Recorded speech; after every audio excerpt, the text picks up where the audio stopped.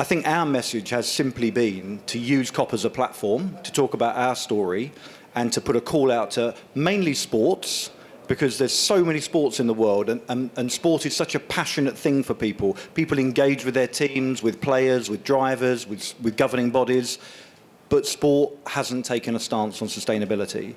And we were born sustainable, most sports aren't. So our quest and our challenge has been, use your platform, use the fact that you have so many billions of passionate fans around the world to tell the story of sustainability and show what you're doing.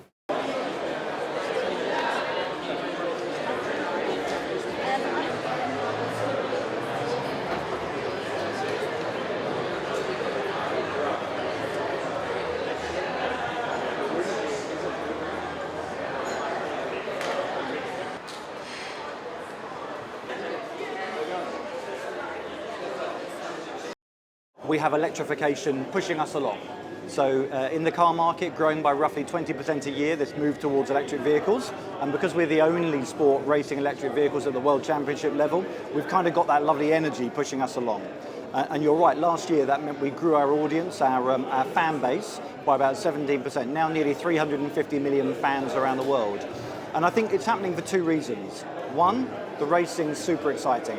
So we actually went right the way down to the last race of last season. There could have been 3 world champion drivers and 3 world champion teams. We took it right to the wire, so people love the excitement. But the second thing is, they like the purpose. So we were born with sustainability kind of in our heart, net zero from day zero. So we also have a part of our audience, our customer base, our fan base around the world that are fascinated with sustainability and electrification. So we kind of get the power of both of those things working together. My view on this is everybody should be trying to do better, everybody. And there's no point in me standing up and just talking about electrification, because the whole world is not made up of electric vehicles today. It's growing, but the vast majority of vehicles are still internal combustion engine vehicles. So the fact that people are looking at synthetic fuels, and we're looking at synthetic aviation fuel, and we're looking to do better with traditional fuel types, I think is a great thing. You know, if everybody does better tomorrow than they did today, then we're creeping towards that goal of more sustainability across the globe. So I have no issue with them being here, providing they're talking about progress, and progress with sustainable goals in mind. Yeah, so Formula E is really designed to accelerate the move towards electric vehicles. And what that means is our manufacturer partners, so people like Porsche, Jaguar, Stellantis, people like Mahindra, all of these partners we work with, Nissan, they're all focused on taking the learnings from the racetrack and putting it back into the development of their road cars.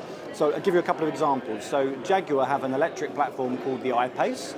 That's their electric road car, and from learnings on the track in Formula E, they were able to add 10% more range to their I-Pace, and they did that as an over-the-air update. So they sent an update over the air to the cars, and that increased the range by 10%. Nissan have an amazing small electric car called the Leaf, and they drove 180% more efficiency out of the battery in that car from learnings on the racetrack. So we see this very direct link between what people are learning on the track and developing it straight into their road cars. And I think that's why a lot of manufacturers are in our series. Any time you can get a centre of excellence for any topic in a city, I think it's great. And the topic of sustainability, and particularly e-mobility and future mobility, to be able to come here, you can't see this, people, but there's an incredible open space here. It's a collaborative meeting space. There's teas and coffees, and there's education around the entire venue about steps you can take towards future mobility. So I think providing a facility like this for people to come and learn more, to be more curious, just incredible.